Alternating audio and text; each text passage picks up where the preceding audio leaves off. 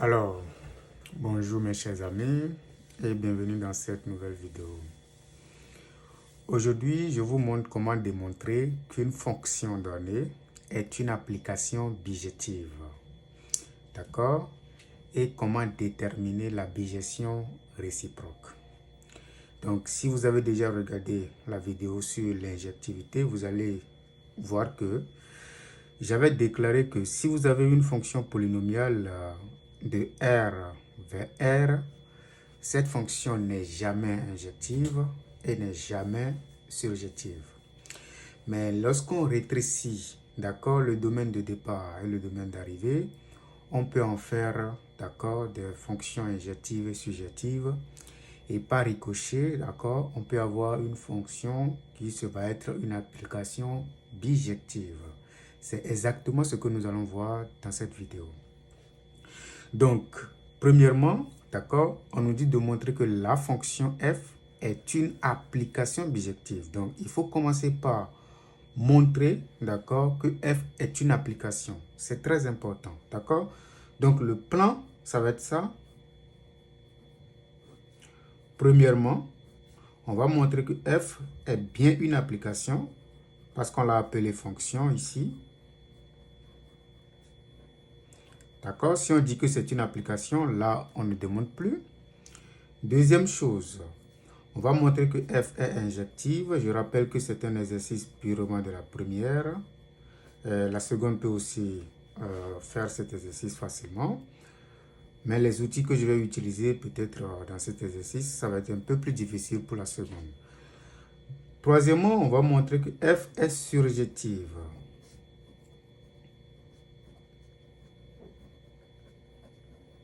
Puis enfin, d'accord, nous allons définir l'application réciproque, c'est-à-dire f-1. D'accord? Ça, c'est exactement le plan, d'accord, de cette vidéo. Premièrement, lorsque vous avez une fonction définir de grand A vers grand B, pour montrer que cette fonction est une application, il suffit de déterminer le domaine de définition et faire constater que le domaine de définition de la fonction n'est rien d'autre que l'ensemble de départ de votre fonction, c'est-à-dire grand A. Donc, ça veut dire quoi? Pour répondre à la toute première question, je vais simplement déterminer l'ensemble de définition de la fonction f et démontrer que c'est égal à l'intervalle fermé 0, 1. Domaine de la fonction f. Comme vous le savez très bien, ça va être l'ensemble, x éléments de l'ensemble de départ, tel que f de x, d'accord, soit dans l'ensemble d'arrivée. C'est exactement la définition naturelle, d'accord, d'un ensemble de définitions. Donc, tel que 2x carré plus x soit dans l'intervalle 0, 3. Si vous voulez, je peux réécrire cet intervalle pour vous. C'est exactement l'ensemble x éléments de 0, 1, tel que, donc être dans l'intervalle 0, 1, ça voudra dire que 0 est inférieur ou égal au nombre en question, donc 2x carré plus x, et puis ce machin, d'accord, est inférieur ou égal à 3. C'est exactement, d'accord, la signification d'un élément dans l'intervalle 0, 3. Maintenant, comment je fais? Je peux essayer, d'accord, de caractériser cette inégalité. Donc, 0 inférieur ou égal à 2x carré plus x inférieur ou égal à 3. Ça voudra dire que, premièrement, que 0 est inférieur ou égal à ça. Ça veut dire quoi? Que 2x carré plus x est premièrement supérieur ou égal à 0. Et en même temps, 2x carré plus x est inférieur ou égal à 3. Donc, en quelque sorte, nous allons naturellement résoudre cette inéquation et faire l'intersection avec ça. D'accord? Résoudre également cette inéquation et faire l'intersection avec ça. Mais de manière tactique, d'accord, on peut faire autrement, on peut faire de belles choses. Qu'est-ce qu'on peut faire? Puisque le x est déjà dans 0, 1, on sait que le x est positif. Donc, on peut profiter pour justifier que cette inégalité est vraie, quel que soit le x qu'on va prendre ici. C'est-à-dire quoi? Que si effectivement le x appartient à cet intervalle, naturellement, 2x carré plus x est supérieur ou égal à 0. Ça, c'est facile. Donc, quel que soit le x élément de 0, 1, virgule, x est bien supérieur ou égal à 0, naturellement, et 2x carré est aussi supérieur ou égal à 0. Donc, la somme, c'est-à-dire 2x carré plus x est naturellement supérieur ou égal à 0. Donc, le point numéro 1 est vérifié naturellement lorsqu'on travaille dans ce domaine. D'accord? Donc, qu'est-ce que je fais? Je peux également faire la même chose ici, d'accord? En partant du fait que notre x est dans l'intervalle 0, 1. D'accord?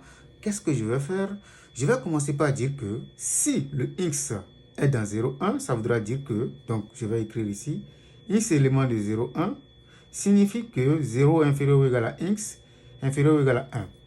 Mais puisque mon objectif c'est de voir si ce machin est supérieur ou égal à 3, je peux essayer d'encadrer, d'accord? Je fais un encadrement, donc je peux prendre x carré d'abord, puisque tout est positif ici, ça fait 0 au carré, inférieur ou égal à x au carré, inférieur ou égal à 1 au carré qui vaut 1. Je multiplie par 2, j'obtiens 0 toujours, inférieur ou égal à 2 x carré, inférieur ou égal à 2. D'accord? Donc, puisque je dois faire la somme pour construire ce nombre-là, je fais la somme de ça avec ça. Donc, somme membre à membre, ça me permet de construire 0, parce que j'ai ça plus ça, 0 inférieur ou égal à 2x carré, plus x inférieur ou égal à 3.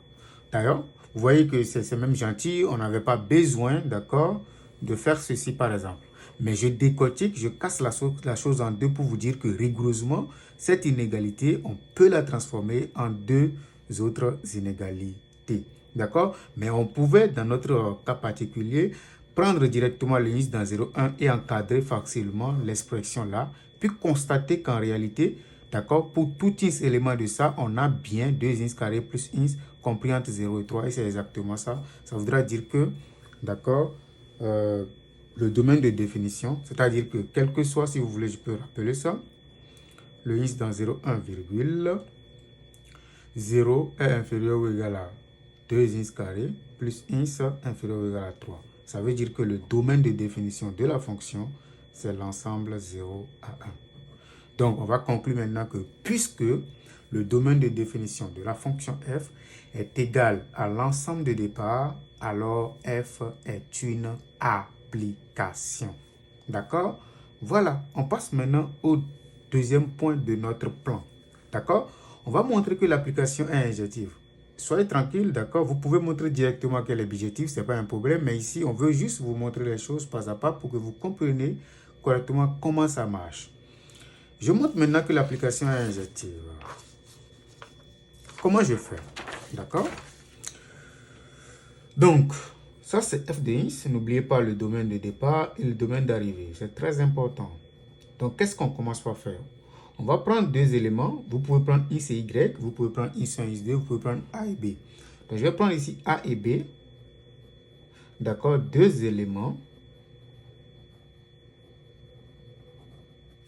D'accord? De quoi?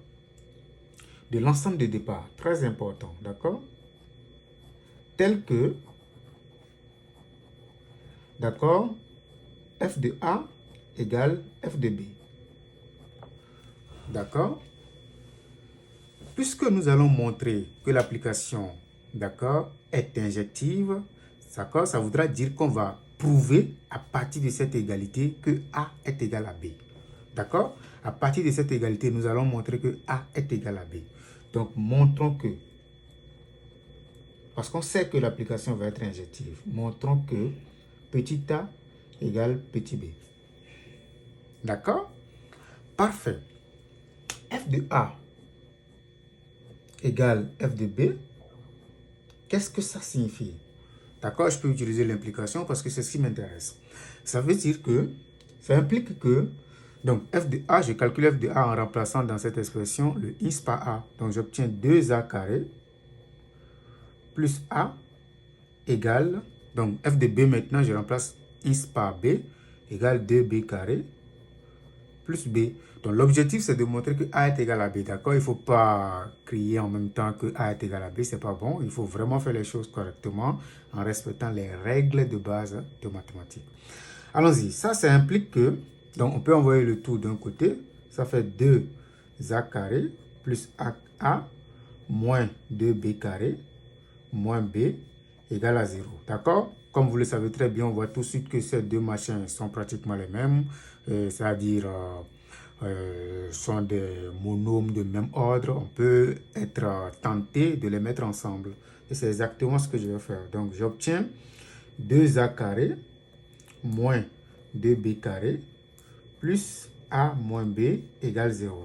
Donc j'essaie maintenant de factoriser par 2 ici. Donc j'obtiens 2 facteurs de A carré moins B carré plus entre parenthèses A moins B. Vous voyez? Mais ça, c'est une identité remarquable. J'utilise rapidement la formule d'identité remarquable. Ça fait 2 facteurs de A moins B, facteur de A plus B, plus A moins B également, égale à 0. D'accord? Une deuxième fois, je vais factoriser par A moins B. J'obtiens A moins B, facteur de 2 fois ça. Donc, 2 fois tout ceci, ça fait 2A plus 2B, si vous voulez bien. Maintenant, puisque j'ai pris A moins B en facteur, ici, il va rester 1. N'oubliez jamais ça. Égal à 0. Mais faites attention, d'accord? Lorsque vous avez le produit de deux nombres qui vaut 0, ça voudra dire que l'un au moins des deux est égal à 0. C'est-à-dire que ça est égal à 0 ou ça est égal à 0. Mais ce que je vais faire ici dans ce cas particulier, je vais vous montrer que ceci est différent de 0.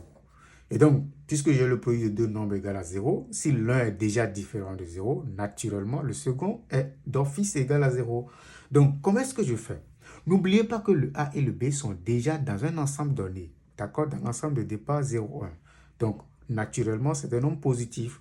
Donc, puisque A est dans 0, 1 et B également dans 0, 1, je peux déjà commencer par dire que 2A, si vous voulez, je peux aller rapidement, est supérieur ou égal à 0. 2B également supérieur ou égal à 0. Par conséquent, 2A plus 2B est naturellement supérieur ou égal à 0. Donc, si j'ajoute 1 des deux côtés, j'obtiens 2A plus 2B plus 1 qui sera supérieur ou égal à 1. D'accord? J'ajoute 1 également ici.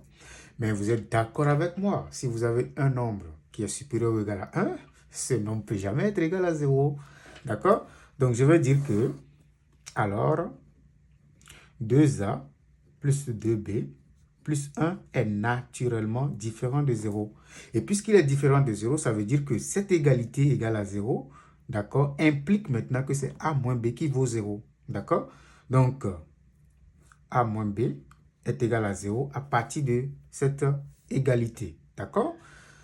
Ainsi, vous avez A qui vaut B. Vous voyez, on vient de justifier que A, d'accord, est égal à B. Par conséquent, notre application F est maintenant une injection.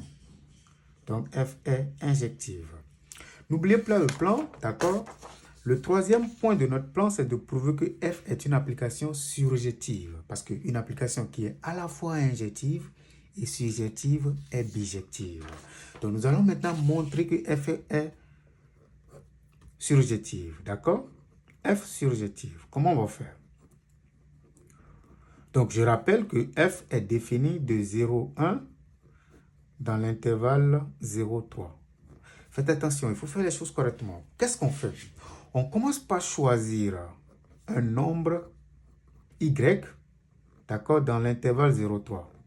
La question, c'est de considérer maintenant l'équation d'inconnu X, d'accord?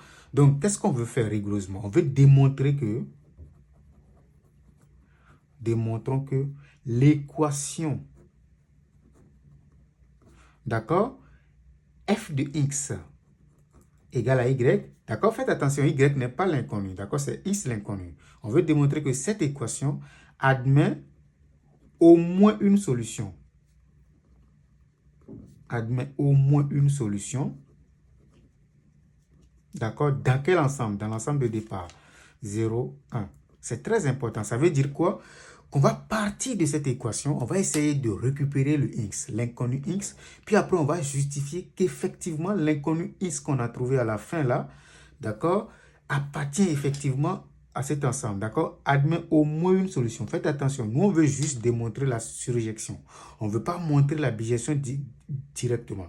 Si on voulait, d'accord, démontrer que l'application était bijective directement, on allait montrer que cette équation, d'accord, admet exactement une solution. Et donc, on va faire attention, si on trouve 1000 solutions, on doit tout faire pour dire que dans cet intervalle, il y a une seule qui appartient, d'accord, à cet intervalle. Donc, faites attention, ici, nous on cherche juste au moins une solution. C'est là, ici, je trouve 10 milliards de solutions.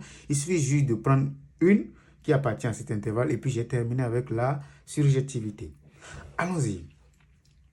F de x égale à y. Qu'est-ce que ça veut dire?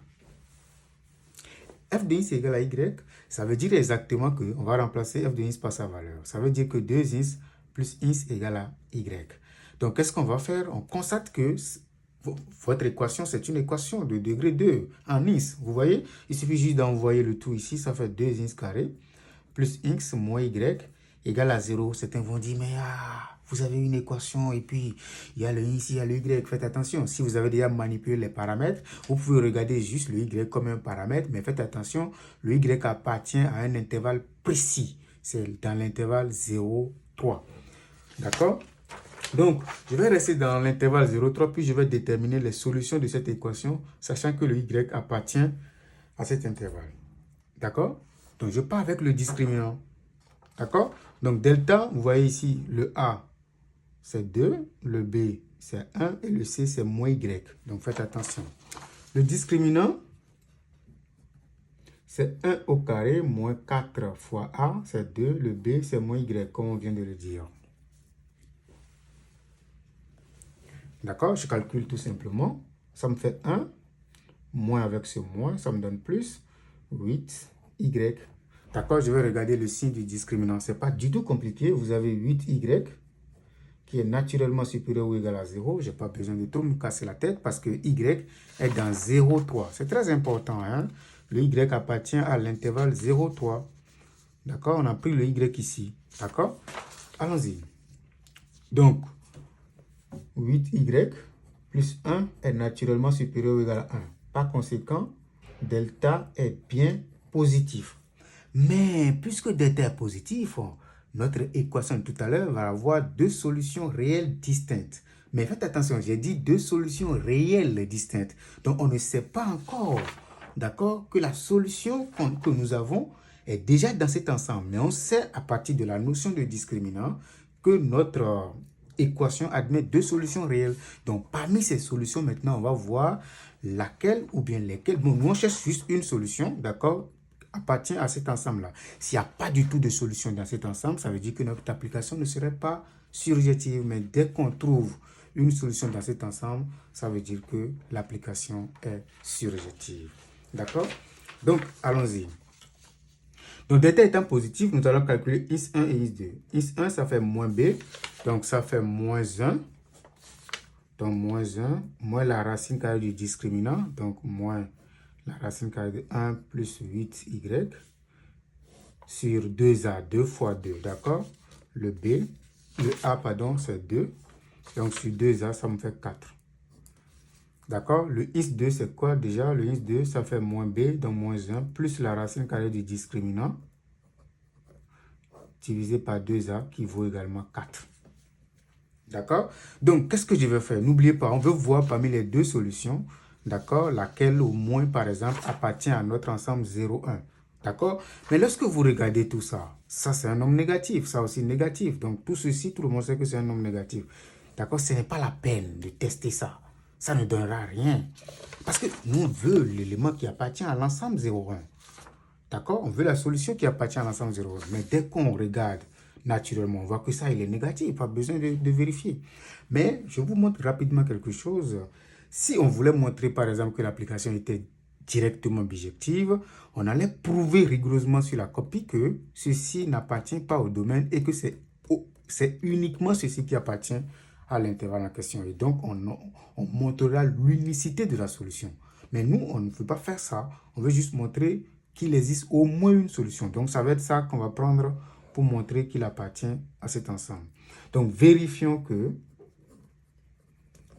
d'accord, ou bien vérifions si, puisqu'il y en a deux, moins 1 plus la racine carrée de 1 plus 8y sur 4, est-ce qu'il appartient effectivement à l'ensemble 0,1? D'accord? Donc, je vais partir du fait que mon y est dans l'intervalle 0,3. Donc, je vais essayer d'encadrer tout ça. Je multiplie par 8, 8. Ça me fait 0. 8y.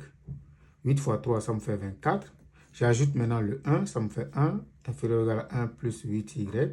Inférieur ou égal à 25. Je prends maintenant la racine carrée. Ça me donne 1. Inférieur ou égal à la racine carrée de 1 plus 8y. Inférieur ou égal à la racine carrée de 25 qui vaut 5. Donc, qu'est-ce que je vais faire maintenant? J'ajoute moins 1, moins 1. Ça, on ne change pas le signe. Je n'ai pas multiplié par moins 1. J'ajoute juste. Donc, si j'ajoute moins 1, j'obtiens 0. Inférieur ou égal à moins 1 plus la racine carrée de 1 plus 8y. Inférieur ou égal à, j'ajoute moins 1, ça me donne 4. Maintenant, qu'est-ce que je fais? Je divise par 4. Je n'ai pas besoin d'inverser également l'inégalité parce que j'ai juste divisé par un nombre positif. Je n'ai pas inversé. Faites attention. Donc, divisé par 4, ça me donne 0. Divisé par 4, ça me permet d'avoir exactement ce que je cherche à encadrer. Par 4, ça me donne 1. Waouh! On constate que, effectivement, ceci appartient à l'ensemble 0, 1. Donc, l'équation f de x égale à y admet au moins, d'accord? Puisque nous, on n'a pas vérifié que ce machin appartient sur la copie, on va juste dire que l'équation admet au moins une solution dans l'intervalle 0,1. Et cette solution, c'est x égale à moins 1 plus la racine carrée de 1 plus 8y sur 4. D'accord? Par conséquent, l'application f est surjective. Donc, on va conclure maintenant. F injective est surjective,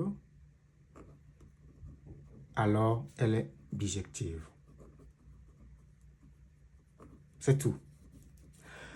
Ok, maintenant, qu'est-ce que nous allons faire par la suite? Nous allons définir la bijection réciproque.